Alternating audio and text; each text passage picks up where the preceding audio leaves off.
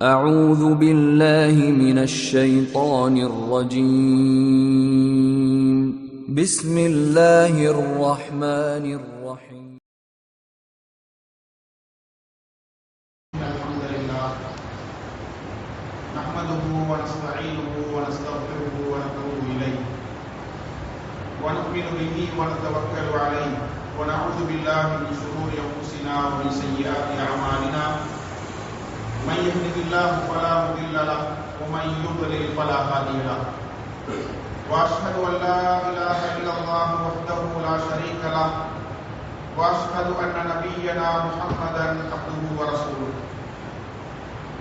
يا أيها الذين آمنوا اتقوا الله حق تقاته ولا تموتن إلا وأنتم مسلمون يا أيها الناس اتقوا ربكم الذي خلقكم من نفس واحدة وخلق منها زوجها وبث منهما رجالا كثيرا ونساء واتقوا الله الذي تساءلون به والأرحام إن الله كان عليكم رقيبا يا أيها الذين آمنوا اتقوا الله وقولوا قولا سديدا يصلح لكم أعمالكم ويغفر لكم ذنوبكم ومن يطع الله ورسوله فقد فاز فوزا عظيما فإن أصدق الحديث كتاب الله وخير الهدي هدي محمد صلى الله عليه وسلم وشر الأمور محدثاتها وكل محدثة بدعة وكل بدعة ضلالة وكل ضلالة في النار أما بعد அளவற்ற அருளாளனும் நிகரற்ற அன்புடையவனுமாகிய எல்லாம் வல்ல அல்லாஹ் ஜல்லஷானு வ தஆலாவின் திருநாமத்தை கொண்டு சங்கத்தை ஆரம்பிக்கின்றேன். அல்லாஹ்வுடைய கட்டளையை ஏற்று அவன் நம் மீது வாராவாரம் விதியாக்கி இருக்கும் ஜும்ஆவின் கடமையை நிறைவேற்றுவதற்காக அவருடைய இல்லத்திலே வந்த ஒன்றுகளும் இருக்கும் அவனின் நல்லடியார்களே, அருமை சகோதரர்களே, அல்லாஹ்வை பயந்து நடந்து கொள்ளுங்கள். அவருடைய கட்டளைகளை முடியுமானவரை ஏற்று வாழுங்கள். அவருடைய தடைகளை முற்றாக தவிர்த்து நடந்து கொள்ளுங்கள். நாளை மறுமையில் என்னையும் உங்கள் அனைவரையும் அல்லாஹ் ஜல்லஷானு வ தஆலா அவருடைய உயர்ந்த ஜன்னத்துல் ஃபிர்தௌஸிலே ஒன்று சேர்ப்பானாக. அன்பிற்குரிய அல்லாஹ்வின் நல்லடியார்களே, அருமை சகோதரர்களே, இன்றைய குதுபா பிரசங்கத்தில் சமூக ஊடகங்களும் வாலிபர்களும் எனும் தலைப்பில் ஒரு சில முக்கியமான செய்திகளை, இஸ்லாமிய வழிகாட்டல்களை, ஆன்மீக அறிவுரைகளை உங்களுடன் பகிர்ந்து கொள்ளலாம் என்று ஆசைப்படுகின்றேன். அன்புள்ள சகோதரர்களே, புனிதமான ரமதான் மாதத்திலே பல்வேறுபட்ட இபாதத்துக்களில் ஈடுபடக்கூடிய நாம் நிறைவேற்றக்கூடிய நோன்பு, இரவு தொழுகை, அல் குர்ஆனிய திலாவத், தர்மம் போன்ற அத்தனை நல்லறங்களையும் அல்லாஹ் தஆலா ஏற்றுக்கொண்டு அவற்றிற்கான முழுமையான கூலியை வழங்குவானாக. அன்பிற்குரிய இஸ்லாமிய சகோதரர்களே, உலகத்தில் அண்மைய காலத்திலே தொழில்நுட்பத்துறையின் புரட்சி காரணமாகவும் தகவல் தொலைத்தொடர்பு வசதிகளின் எழுச்சியின் காரணமாகவும் சமூக ஊடக பாவனை வியக்கத்தக்க அளவிற்கு, பிரமிக்கத்தக்க அளவிற்கு இன்றைக்கு வளர்ச்சி கண்டிருப்பதை உலகம் கண்டு கொண்டிருக்கின்றது. இந்த சமூக ஊடக பாவனையாளர்களின் முன்னணியில் திகழக்கூடியவர்களாக 18 வயதுக்கும் 35 வயதுக்கும் இடைப்பட்ட வாலிபர்கள் தான் இருக்கின்றார்கள் என்பதை புள்ளி விவரங்கள் உறுதிப்படுத்திக் கொண்டிருக்கின்றன. 2021 ஆண்டில் மேற்கொள்ளப்பட்ட ஒரு புள்ளி விவரத்தின்படி சமூகத்திலே 4.26 பில்லியன் மக்கள் சமூக ஊடகங்களை பயன்படுத்திக் கொண்டிருக்கிறார்கள். இது உலக சனத்தொகையில் 59.3 விகிதத்தினர் என்று மதிப்பிடப்பட்டிருக்கின்றது. இந்த நிலை தொடர்பாக இருந்தால் 2027 ஆண்டாகும் பொழுது 6 பில்லியன் பேராக சமூக ஊடக பாவனையை பயன்படுத்தக்கூடியவர்கள் 6 பில்லியன் பேராக உயருவார்கள் என்றும் மதிப்பிடப்பட்டிருக்கின்றது. அன்புள்ள இஸ்லாமிய சகோதரர்களே, எனவே இன்றைக்கு சமூக ஊடக பாவனையை கட்டுப்படுத்துவதற்கான பொறிமுறைகளை தேடிய நிறுவனங்களும் தனிநபர்களும் தோல்வியடைந்து விட்டார்கள். எனவே இன்றைக்கு சமூக ஊடக பாவனையை உலகத்தில் கட்டுப்படுத்த முடியாது. சமூக ஊடகங்களை பயன்படுத்தக்கூடியவர்களுக்கு வழிகாட்டல்களையாவது வழங்க வேண்டும். எப்படி பயன்படுத்த வேண்டும்? சமூக ஊடக பாவனைக்கும் எங்களுக்கும் இடையிலான உறவு எப்படி இருக்க வேண்டும்? இஸ்லாமிய வழிகாட்டல்களை முஸ்லிம் வாலிப யுவதிகளுக்கு எப்படி கொடுக்க வேண்டும் என்ற விடயத்தில் இன்றைக்கு சமூகத்தின் நிறுவனங்கள் கவனம் செலுத்துவதை நாங்கள் பார்க்க முடியும். அன்புள்ள சகோதரர்களே, இன்றைக்கு ஊடகம் என்று சொல்லுகின்ற பொழுது இரண்டு சொற்கள் பிரபல்யமாக அடிக்கடி பயன்படுத்தப்படுவதை நாங்கள் பார்க்க முடியும். அதிலே ஒன்றுதான் ஊடக சுதந்திரம், இரண்டாவது ஊடக தர்மம். இந்த இரண்டையும் இஸ்லாமிய கண்ணோட்டத்தில் நாங்கள் நோக்குகின்ற பொழுது ஊடக சுதந்திரம் என்றால் ஒரு ஊடகவியலாளர் ஜனநாயகத்தின் ஒரு தூண் என்ற விதத்தில் நடக்கும் நிகழ்வுகளை அப்படியே மக்களுக்கு முன்னால் கொண்டு வந்து நிறுத்தி அதன் சாதக பாதகங்களை மக்களுக்கு விளக்கி அதன் ஊடாக சமூகத்தில் விழிப்புணர்வை ஏற்படுத்துவதைத்தான் ஊடக சுதந்திரம் என்று நாங்கள் வரைவிலக்கணப்படுத்த முடியும். இரண்டாவதாக ஊடக தர்மம் என்று சொன்னால் ஒரு சம்பவம் நிகழ்ந்தால் சம்பவ இடத்திற்கு சென்று உண்மைகளை ஆராய்ந்து அதை ஆதாரபூர்வமாக மக்களுக்கு மத்தியில் கொண்டு போய் சேர்ப்பதைத்தான் ஊடக தர்மம் என்று நாங்கள் வரைவிலக்கணப்படுத்த முடியும். எனவே ஊடக சுதந்திரம் என்றால் என்ன, ஊடக தர்மம் என்றால் என்ன, இந்த இரண்டையும் நாங்கள் இஸ்லாமிய கண்ணோட்டத்தில் புரிந்து கொண்டால் எப்படி ஊடகத்தை நாங்கள் பயன்படுத்துவது, ஊடகத்தோடு எப்படிப்பட்ட உறவை நாங்கள் வைத்துக் கொள்வது என்பதை தெளிவாக நாங்கள் புரிந்து கொள்ள முடியும். அன்புள்ள சகோதரர்களே, இன்றைக்கு உலகத்தில் வாழக்கூடிய மக்கள் அன்றாட நிகழ்வுகள் முதல் சந்திரன் வரையிலான தகவல்களை செய்தித்தாள்கள் மூலமும் வானொலிகள் மூலமும் தொலைக்காட்சி மூலமும் இன்டர்நெட் மூலமும் அறியக்கூடிய ஒரு சூழலில் இன்றைக்கு நாங்கள் வாழ்ந்து கொண்டிருக்கின்றோம். எனவே இந்த ஊடகங்கள் உண்மைகளை சரியாக ஆராய்ந்து ஆதாரபூர்வமாக அவற்றை மக்கள் மயப்படுத்துகின்ற பொறுப்போடு செய்கின்ற அந்த பணிதான் ஊடக தர்மம் என்று நாங்கள் சொல்ல முடியும். அன்புள்ள சகோதரர்களே, இன்றைக்கு சமூக ஊடக பாவனை, சோசியல் மீடியா யூசேஜ் பாவனை என்பது, அதாவது 13 வயதுக்கும் 19 வயதுக்கும் இடைப்பட்டோர், கட்டிலம் பருவத்தினர், டீனேஜ் என்று நாங்கள் சொல்லுவோம், கட்டிலம் பருவத்தினருக்கு மத்தியிலே 97% காணப்படுவதை நாங்கள் பார்க்க முடியும்.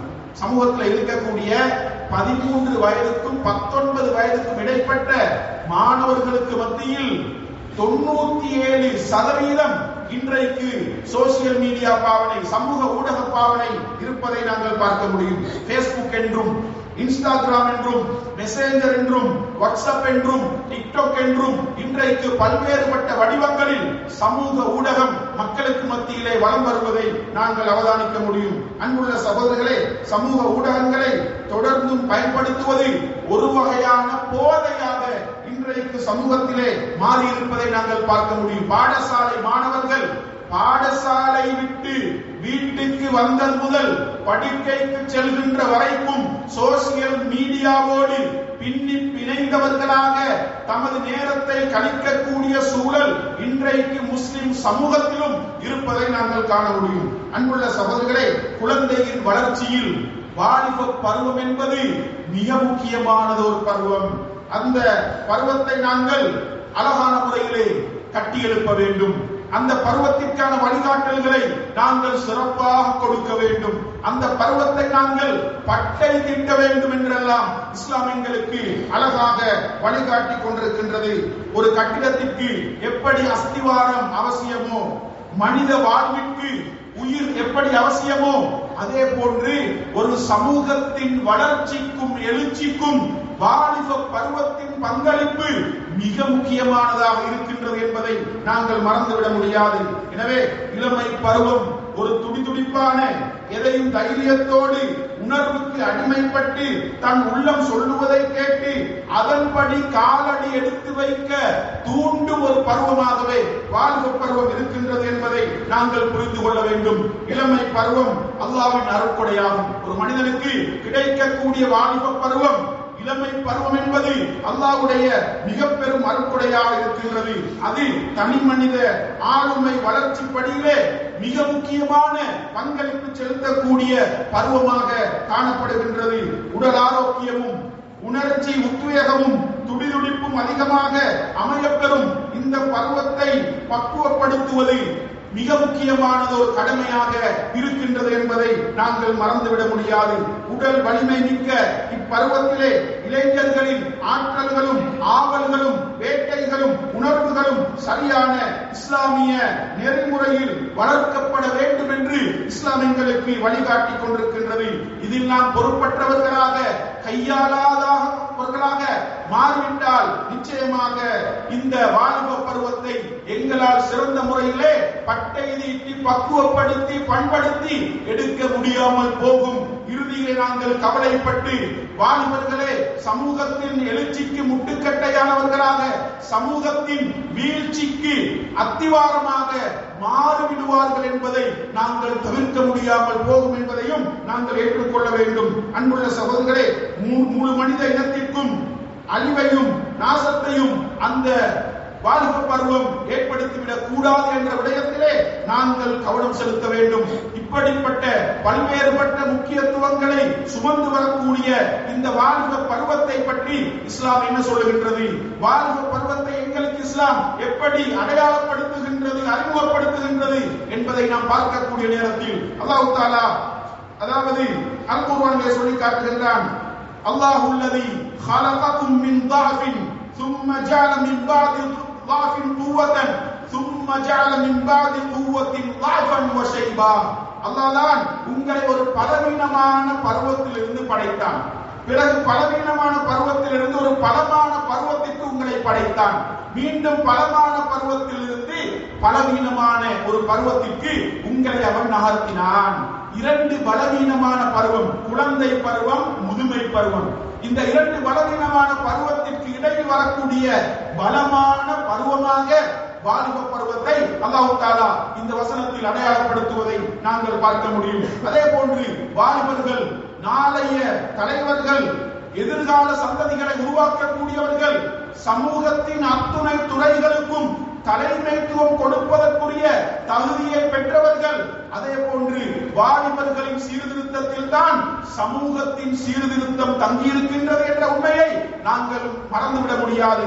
அன்புக்குரிய சகோதரர்களே, அதனால்தான் இந்த வாலிப பருவத்தை இஸ்லாம் அழுத்தம் கொடுத்து அந்த வாலிப பருவத்திற்கான வழிகாட்டல்களை மிக தெளிவாக வழங்கி இருப்பதை நாங்கள் பார்க்க முடியும். அல்லாஹ் தஆலா ஒரு வாலிப நபியுடைய வரலாறை அல் குர்ஆனிலே சொல்லி காட்டுகின்றான். நாங்கள் ஏகத்துவத்தின் தந்தை என்று அவரை அடையாளப்படுத்தலாம். நபி இப்ராஹிம் அலைஹிஸ்ஸலாம் அவர்கள் ஒரு வாலிபனாக இருந்து கொண்டு தன்னுடைய தந்தையை எதிர்த்து, தன்னுடைய குடும்பத்தை எதிர்த்து, தன்னுடைய ஊரை எதிர்த்து, தனது சமூகத்தை எதிர்த்து இந்த உலகத்தில் ஏகத்துவ புரட்சி செய்த வரலாறை அல் குர்ஆனில் அல்லாஹ் தஆலா சொல்லி காட்டுகின்றான். ஒரு தனி மனிதனாக இருந்து ஒரு சமூகத்தின் புரட்சியை இந்த உலகத்தில் மேற்கொண்ட ஒரு இளம் நபியாக, ஒரு வாலிப நபியாக நபி இப்ராஹிம் அலைஹிஸ்ஸலாம் அவர்களை அல் குர்ஆன் எங்களுக்கு அடையாளப்படுத்தி இருப்பதை நாங்கள் பார்க்க முடியும். அதே போன்று அன்புள்ள சகோதரர்களே, யூசுப் அலைஹிஸ்ஸலாம் அவர்கள் சூரா யூசுப் என்ற அத்தியாயத்தில் யூசுப் அலைஹிஸ்ஸலாம் அவருடைய வரலாறை அல் குர்ஆனில் அல்லாஹ் தஆலா சொல்லி காட்டுகின்றான்.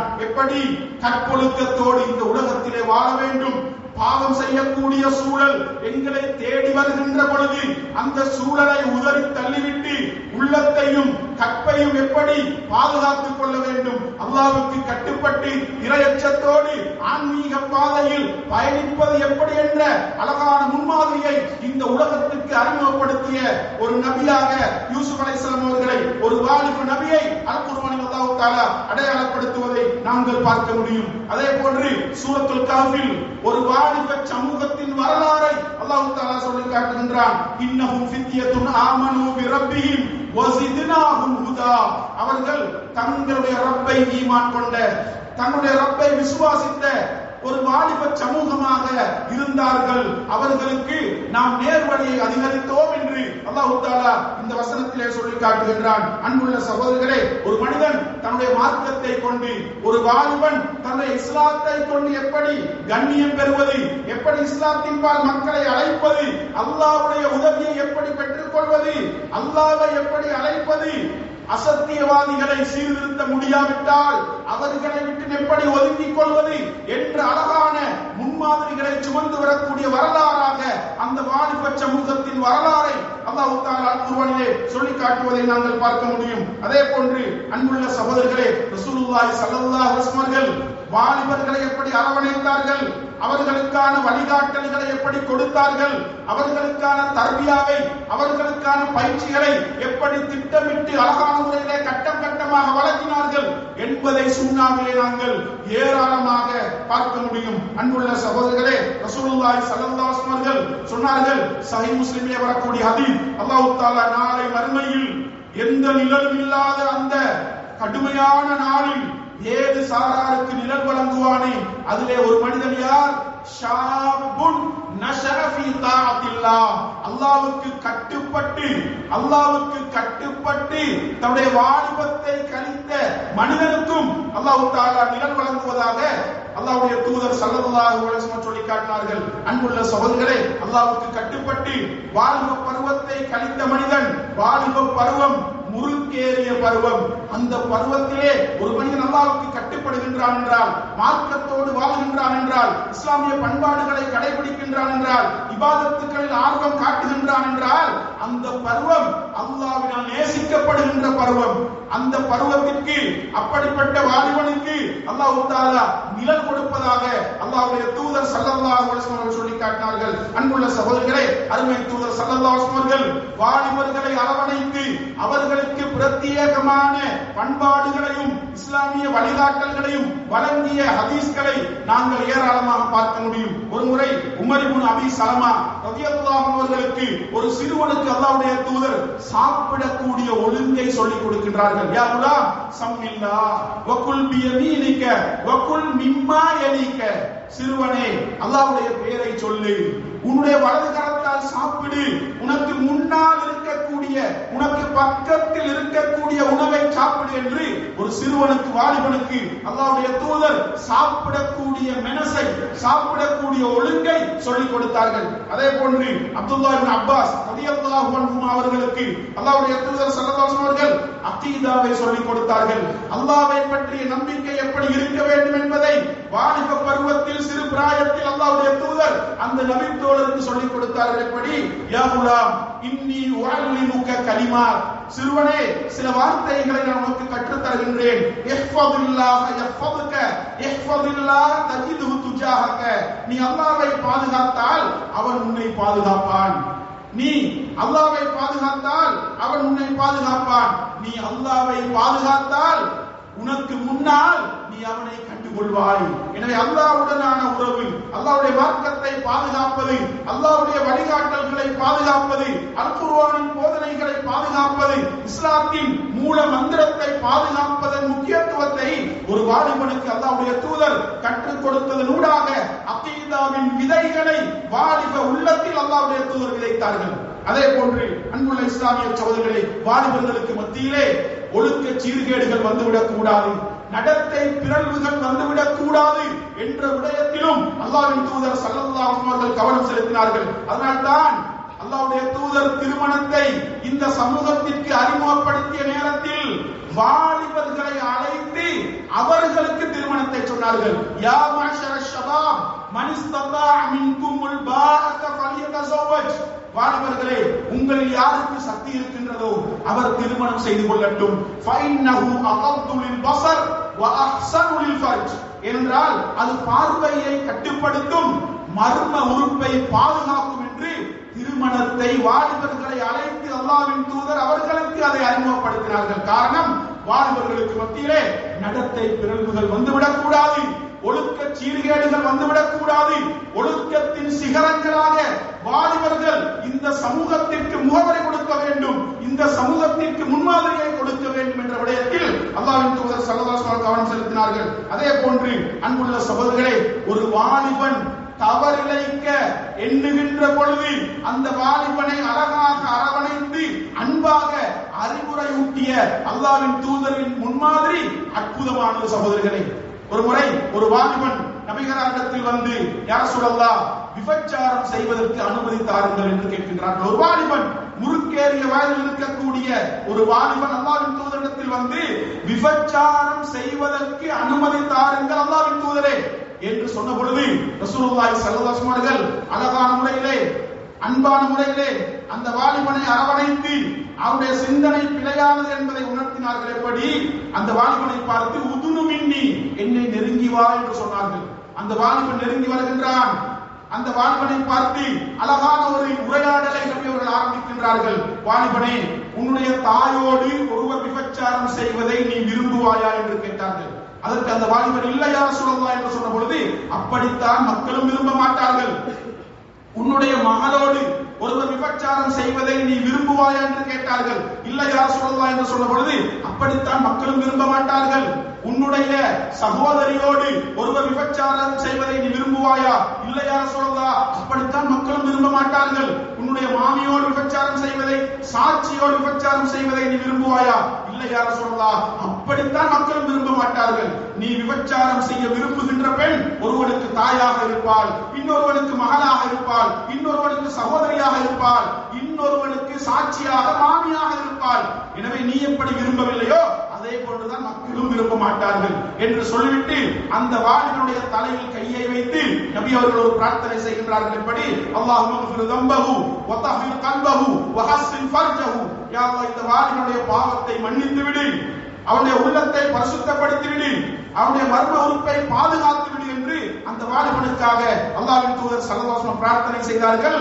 அந்த சம்பவத்தை அறிவிக்கக்கூடிய அறிவிப்பாளர் சொல்கின்றார், அதற்கு பிறகு அந்த வாலிபன் விபச்சாரத்தை திரும்பியும் பார்க்கவில்லை.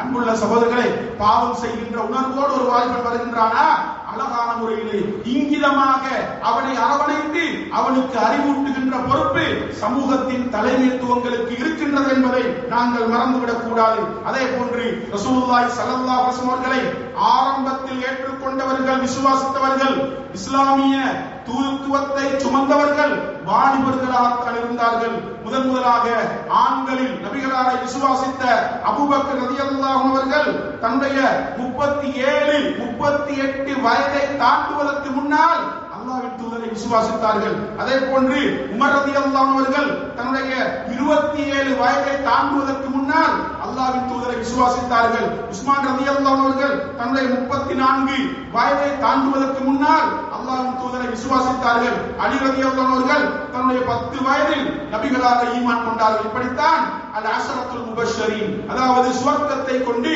நன்மாராயம் கூறப்பட்ட அத்தனை நபித்தோழர்களும் வாலிப பருவத்தில் இருந்து கொண்டு அல்லாஹ்வுடைய தூதரை விசுவாசித்த வரலாறை இஸ்லாம் எங்களுக்கு சொல்லி காட்டுகின்றது. அதே போன்று அன்புள்ள இஸ்லாமிய சகோதரர்களே, மார்க்கத்தை படிக்கின்ற விடயத்தில் வாலிபர்களுக்கு இருந்த ஆர்வத்தை பாருங்கள்.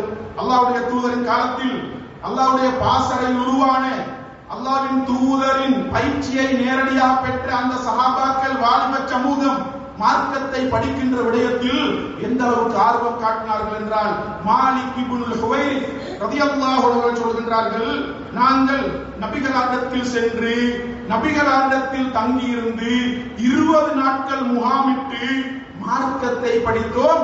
வனஹ்னு ஷபபத்துன் முதகாரிபூன், நெருக்கமான வயதையுடைய வாலிபர்களாக நாங்கள் இருந்தோம்.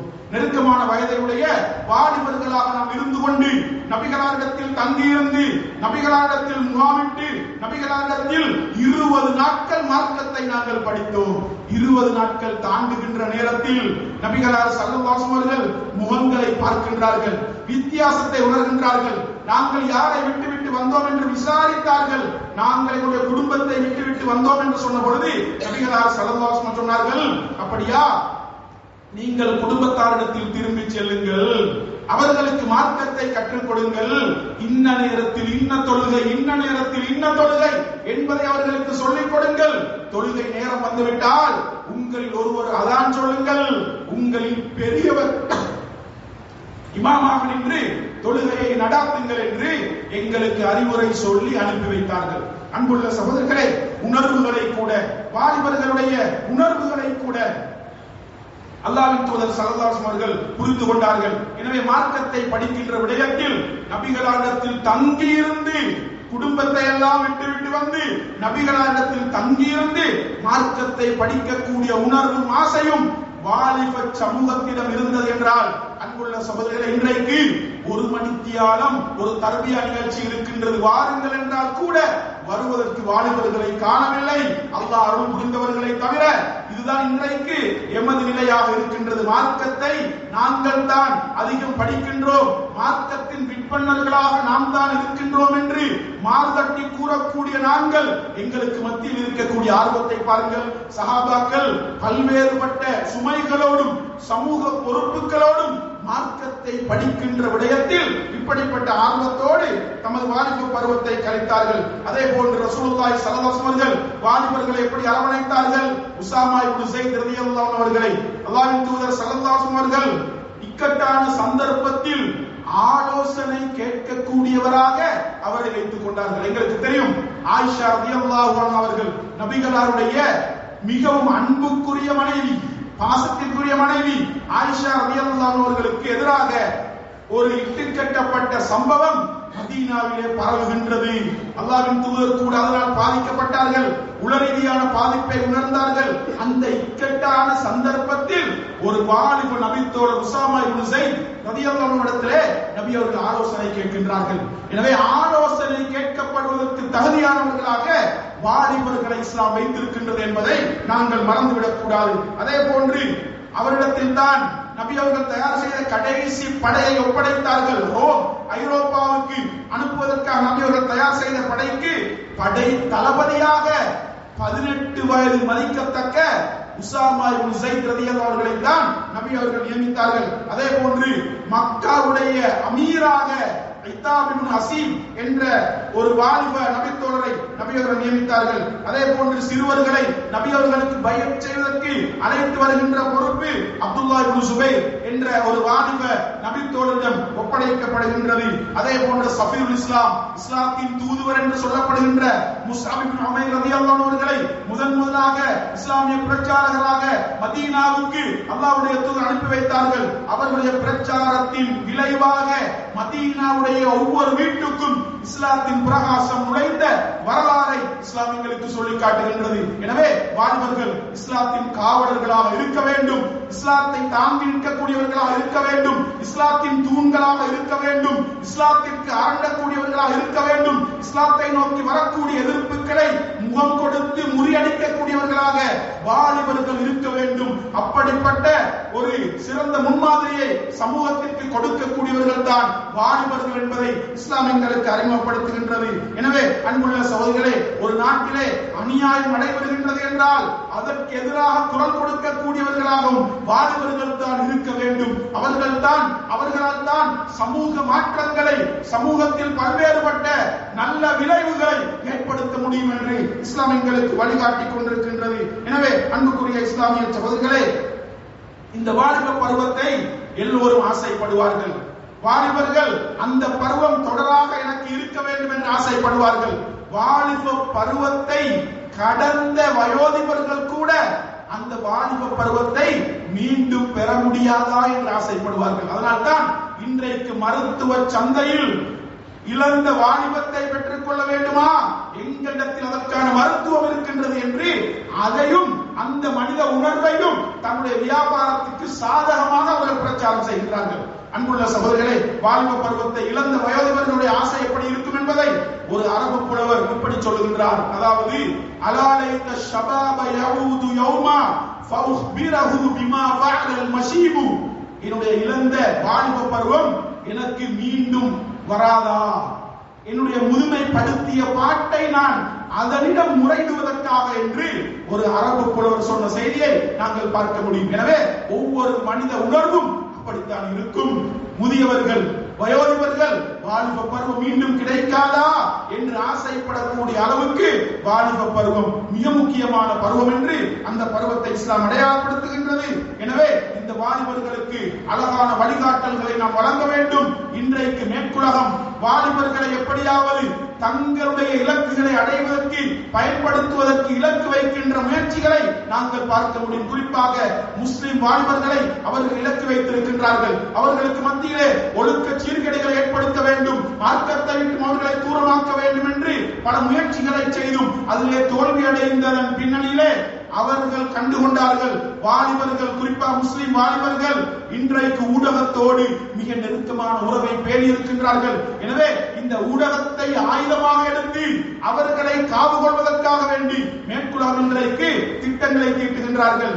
எனவே அன்புக்குரிய இஸ்லாமிய சகோதரர்களே, இந்த ஊடகத்தை நாம் எப்படி பயன்படுத்த வேண்டும், ஊடக சுதந்திரத்தை நாம் எப்படி பேண வேண்டும், ஊடக தர்மத்தை நாம் எப்படி நிறைவேற்ற வேண்டும், இஸ்லாமிய வழிகாட்டல்களை நாம் உள்வாங்கி அழகான முறையிலே மீடியாக்களை, ஊடகங்களை பயன்படுத்தக்கூடியவர்களாக மாற வேண்டும். வல்லவர் ரஹ்மான் அதற்காக நம் அனைவருக்கும் தௌஃபீக் செய்வானாக. வாஹிரு தஅவானா அல்ஹம்துலில்லாஹி ரப்பில் ஆலமீன்.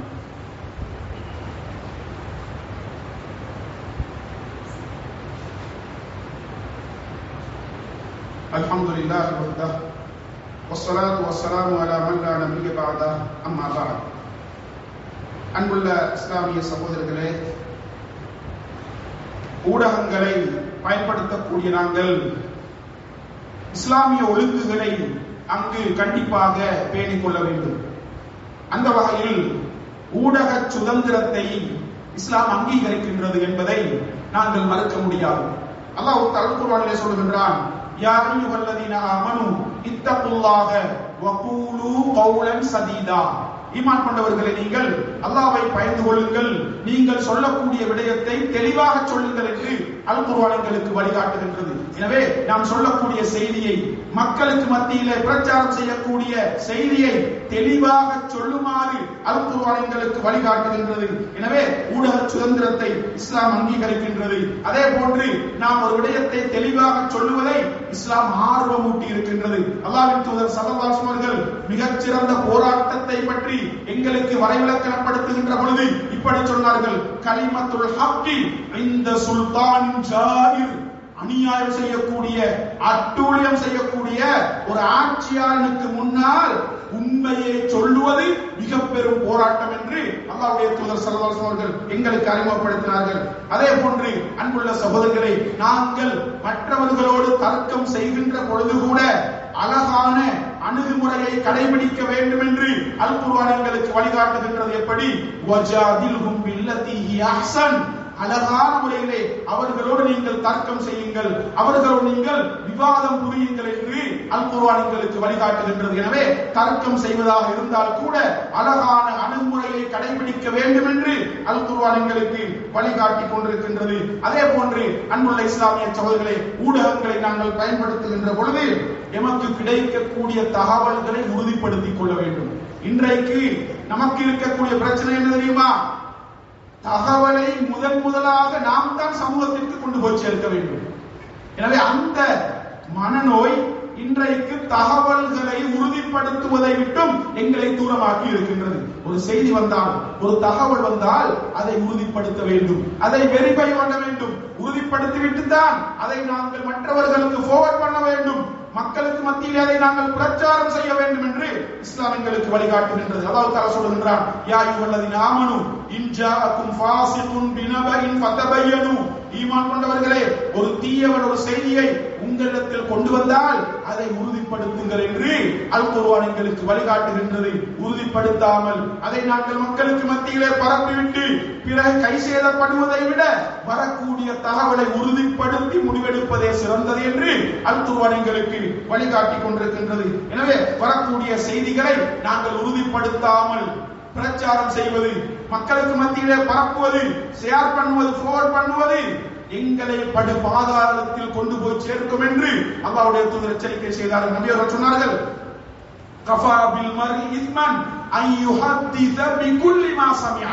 ஒரு மனிதன் தாம் செவியுறக்கூடிய எல்லா செய்திகளையும் மக்களுக்கு மத்தியிலே சொல்லுவது அவன் பொய்யன் என்பதற்கு போதுமான சான்றாகும்.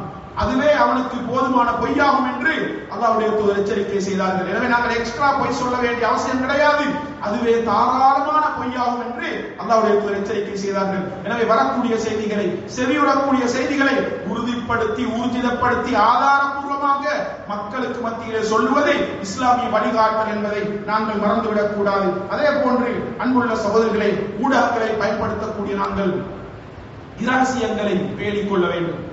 இரகசியங்களை நாங்கள் பேணிக் கொள்ள வேண்டும். இன்றைக்கு ஒரு சமூகத்தின் இரகசியமாக இருக்கலாம், ஒரு தனி மனிதன் இரகசியமாக இருக்கலாம், ஒரு குடும்பத்தின் இரகசியமாக இருக்கலாம். இரகசியங்களை பேணக்கூடியவர்களாக ஊடகங்களை நாங்கள் பயன்படுத்த வேண்டும். இன்றைக்கு மனித மானங்கள் கப்பலேறக்கூடிய தளமாக ஊடகத்துறை மாறி இருக்கின்றது என்றால் இது ஊடக தர்மத்திற்கு முரணான ஒரு பண்பு என்பதை நாங்கள் மறந்துவிடக் கூடாது. ஒரு முஸ்லிமுக்கு இருக்கவே கூடாத மோசமான பண்பு என்பதை நாங்கள் மறந்துவிடக் கூடாது. மனித மானம் புனிதமானது, அந்த புனிதத்தை நாம் பாதுகாக்க வேண்டும். அல்லாஹ்வுடைய தூதர் எங்களுக்கு வழிகாட்டினார்களே, அரஃபா பேருரையின் பொழுது என்ன சொன்னார்கள்? அதாவது இந்த நாள் எப்படி புனிதமானதோ, இந்த இடம் எப்படி புனிதமானதோ, இந்த மாதம் எப்படி புனிதமானதோ, அதே போன்று மனித மானங்கள் புனிதமானவை, மனித சொத்துக்கள் புனிதமானவை, மனித இரத்தங்கள் புனிதமானவை என்று அல்லாஹ்வுடைய தூதர் எங்களுக்கு வழிகாட்டினார்கள். எனவே மனிதர்களுடைய மானங்களை போக்குவதற்கு ஊடகத்தை நாங்கள் பயன்படுத்தக் கூடாது. அதே போன்று ஒரு சமூகத்தின் மீது எங்களுக்கு இருக்கக்கூடிய வெறுப்பையும் குரோதத்தையும் கக்குவதற்கான இடமாக மீடியாவை நாங்கள் பயன்படுத்தக்கூடாது, ஊடகத்தை நாங்கள் பயன்படுத்தக்கூடாது. ஒரு சமூகத்தின் மீது எங்களுக்கு வெறுப்பு இருந்தால் அந்த வெறுப்பை தீர்த்து கட்டுவதற்கு ஊடகத்தை ஆயுதமாக நாங்கள் பயன்படுத்தக்கூடாது. அல்லாஹ் தஆலா சொல்லுகின்றான், அதாவது வலா யஜ்ரிமன்னக்கும் ஸனஆன கௌமின் அலா அல்லா தஅதிலு இஅதிலு ஹுவ அக்ரபு லித்தக்வா. ஒரு சமூகத்தின் மீது உங்களுக்கு இருக்கக்கூடிய வெறுப்பு அவர்களுக்கு மத்தியில் நீதியாக நடப்பதை விட்டு உங்களை தடுக்க கூடாது.